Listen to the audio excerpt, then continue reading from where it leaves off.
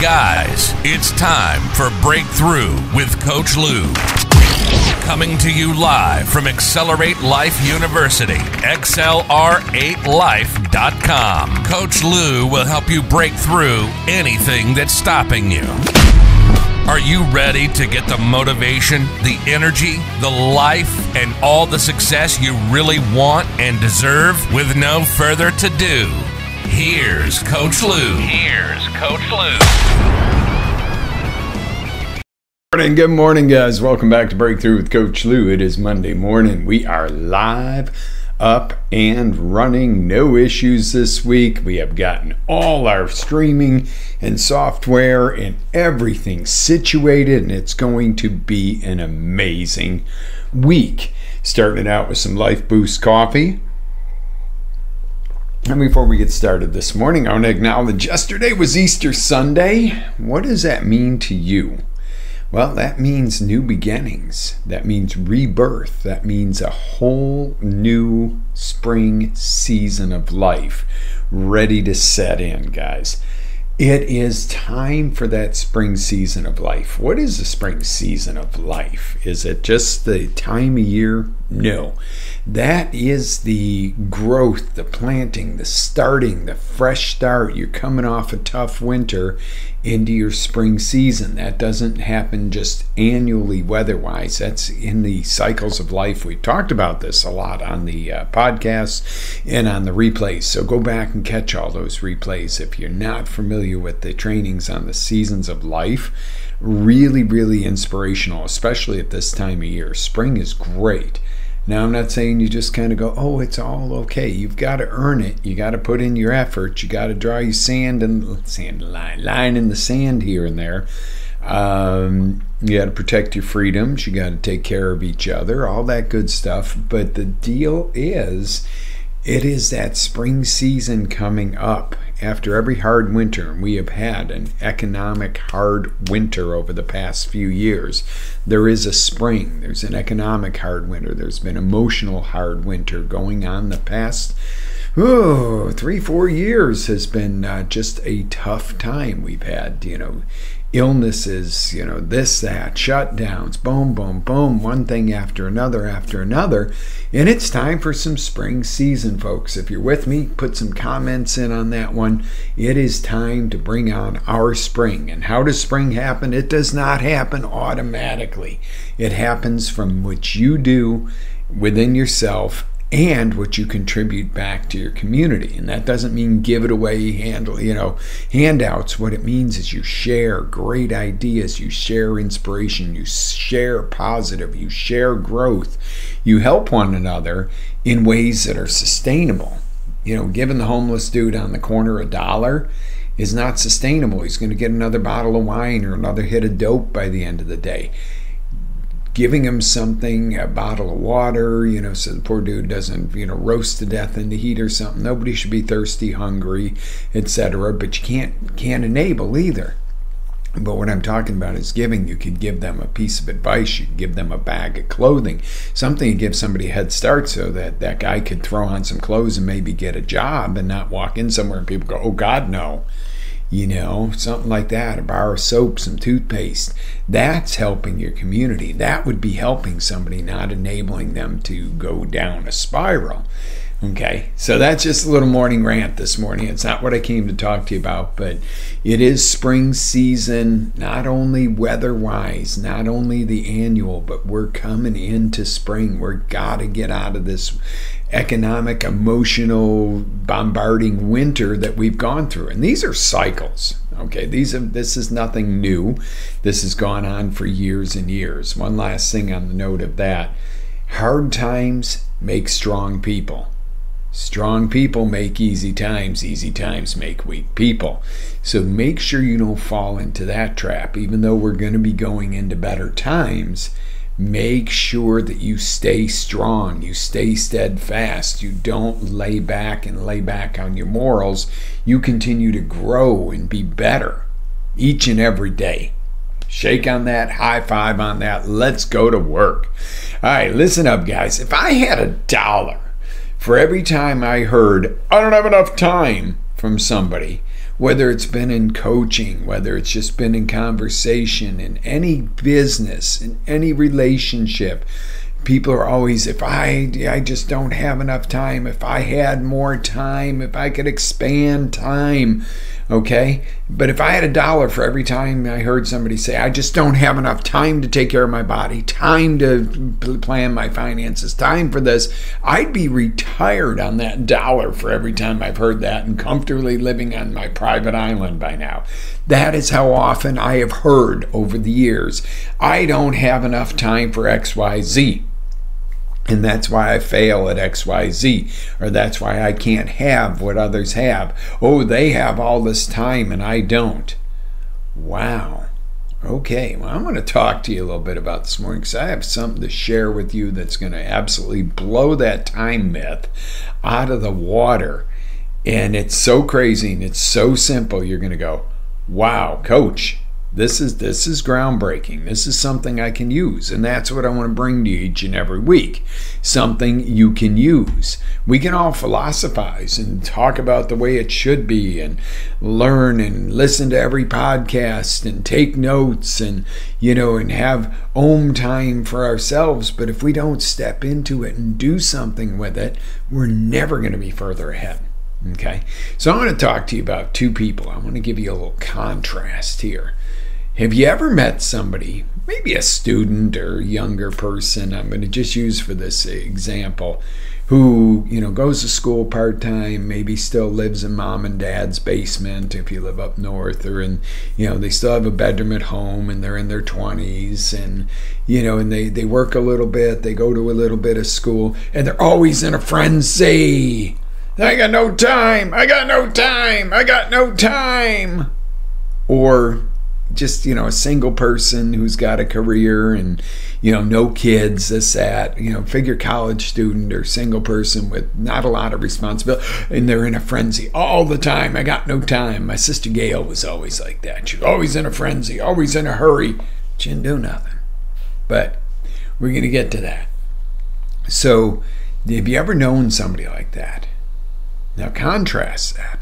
Have you ever known the single parent, 3 kids, 2 jobs, going to school to better themselves, and they still manage to have some time with the kids? They're doing a good job with their kids. They're loved at work.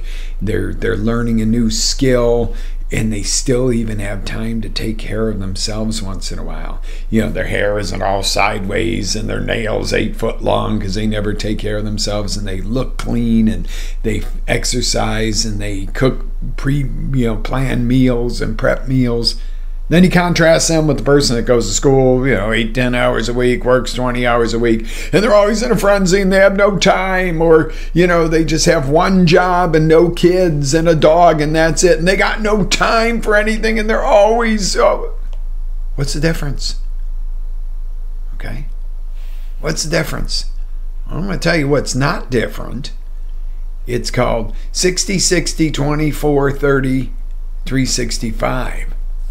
No matter what your last name is, no matter what color you are, no matter what country you're in, no matter what religion you believe in, no matter what job you do, no matter what level of education you do, and no matter where you were born or how your parents brought you up, or if you had opportunity or no opportunity, there's one thing that's equal. I'm not going to tell you everything in this world's equal. We're not equal, guys. We don't all get equal opportunity. We all have equal ability to change our opportunities, our worlds, this, that, the other. And I'm going to explain that in a minute. But the one thing that is equal for everybody, okay, in this day of equality, is simply time. 60 seconds is 60 seconds, baby. That's it. 60 minutes is 60 minutes. It doesn't matter which way, whatever you say, you're busy, you're not busy, you got time on your hands. It's the old Styx song, I got too much time on my hands, and then the other person's like, I got no time. Okay, well, we've all, in time, Pink Floyd, over the years, how many artists have sung and written about time? But time is a static. It is not a variable. What is a variable is your perception of it. But time is nothing more than a measure. Okay? This morning when we do Breakthrough with Lou, it's going to be about 20 minutes. Okay?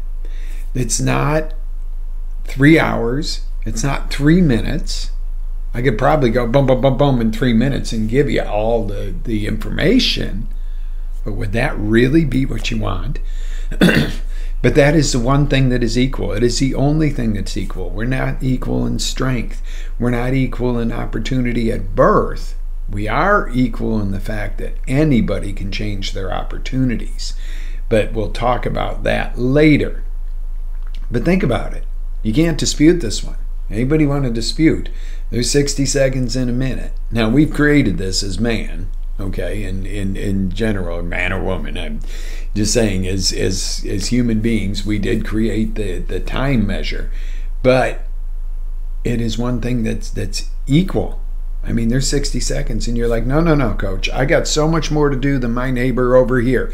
Leslie, she's just, she married a rich dude, and she just takes the kids and goes to soccer practice and that. And I married an idiot, and we got divorced, and I got 3 kids and got to work 2 jobs, and I'm trying to go to school, and, and I got this, and I'm dealing with an ailing parent. I get it. Not everybody's situation is equal, but the amount of time you have in one day is equal. And they're usually the people that really don't have that much on their plate are the ones that are in the time panic, the ones that seem to just have it all going on and have it all under control. And you go, I don't know how she does it. I don't know how he does it. That's time management, okay? That is truly time management right there. Because would I say that everybody has the equal amount of stuff to do in a day? I never said that. Don't put words in my mouth on this one. What I'm talking about is there's equal time. It doesn't matter. Don't tell me, oh, I was born in the hood. I don't. Time's not my friend. Or, I was born in a silver spoon family. And I have all the time in the. It's still the same thing. Now, are you finite on how long you're here in the world? No, we don't know how long that time is. But the thing is when you wake up in the morning and the first minute you're awake, what you do with it is different. The person who gets control, maybe they have gratitude. They're happy to be up. Or the other person's like, oh, why couldn't I sleep? Hit the snooze. Well, if you're not grateful to wake up and you're hitting the snooze, you're not grateful. If you wake up and you go, you know what, let me get this day going. Hey, I'm glad I'm awake. I'm glad I'm alive. Thank you, God, I got another day. Okay, that's going to start out your perception of time a whole lot better. This is a gift. Hey, when I wake up early, and usually I wake up before the alarm goes off, I am excited because if I've got to be up at 6 in the morning. That's my to do what my day needs to be, and especially on show days, I literally have to be up at 6 a.m. Eastern. Now, that's the bare minimum. But most mornings I'm up somewhere between 5 and 6. And when I wake up at 5:15, I'm like, I got an extra 45 minutes of my day. Doesn't mean I don't go, okay, let me brush off some of the fog and get a coffee in me. I'm just telling you that the honest to God truth is I wake up with an attitude of gratitude that I got extra time. I'm not going to be so strict on my time that, if something goes sideways and I'm all stressed out. And I'm guilty of this. I'm guilty of over planning. Jen will tell you. I am seriously guilty of, this is what I'm going to do in a day. This is my time blocks. And she's like, did you account for driving somewhere? Did you account for a phone call in there? Oh, yeah. Okay, so I am notorious for over planning that. But the deal is what I really want to drive home today is the time factor is the one thing that you're equal on. You can't sit there and give me an excuse on time, folks. Now, you may have more in a day to do than the person next to you. Okay, and that I totally understand. But you could do more in a day than the person next to you if you get control of the 3 P's of time. You want to know what they are? And this is funny because you're like, oh, here we go. We got another one of these play on words. Play on words starts with P too. So today's a P day. Yeah, okay. Okay. That one just probably went over like a P-bomb. All right, so what are the 3 P's of time? Number 1 is perception. Number 2 is planning. 3 is precision. See you guys. I'll see you next week. And you're like, whoa. How do I use this, coach? I'm so glad you asked, because now you're going to find out. Okay, the first one being perception, your perception of time. Have you ever had a moment in time that seemed to last forever? A kiss, a song that you just heard that you loved, a moment where you're out in nature and you just, get lost for a minute of prayer, a minute of meditation, a minute of intimacy, well, hopefully more than a minute, where you just time stood still. And this happens to me on show mornings. I got about 15 minutes before, and I'm like, I have probably 30 minutes of stuff to do and set up, but I just go into this flow state where it's like, oh yeah, it's like slow motion. We're good. It's all happening, and then there's other times where, you feel like a minute goes by in a second. Okay. Like in a situation where you're excited, a minute can go by in a second. It's like, oh wow, this is great. What have you ever had a minute that feels like an hour? You're stressed out. You're waiting to talk to the doctor. You're waiting to get a result, or you're bored to death in a meeting, and you're sitting there and you keep going, oh my God, it's been 1 minute. Oh, this meeting's gonna last an hour. Oh my God, this feels like I'm cooped up in this conference room for a month. Okay, that's perception. And you can't take this one away. This is fact of the way that your mind perceives time. Okay, if it's enjoying it, it tends to move quicker. If you're miserable, it tends to slow it down. But when you learn to get control of that by your perception, you're not affected by the outside factor. You're affected by your perception. You design it. It's like show mornings. Instead of getting all panicky, I'm like, okay, boom, get into mode. Get into show mode. It's time. It's time to go. It's not, oh, did I forget? Okay, because guess what? The reality of that is, if I did forget something, maybe the show starts a minute late. Would you sign off and say, I'm never listening to Breakthrough with Lou because it started a minute late? Or would you rather have quality content? Okay, and I'm trying to do better at not starting things a minute late, etc. But my perception of time has always been that I think I can do more in a limited amount of time. But it used to be, if it got close to a deadline where the panic comes in, then that perception is you have no time, you're screwed. If you feel like, okay, I have to take control of this time, you can get a whole lot more done in a certain period of time. Does that make sense? All right, how about planning? Planning your time. You heard me mention time blocks earlier. That's an amazing little tool to use on your calendar, especially if you're using the Key to Success Planner.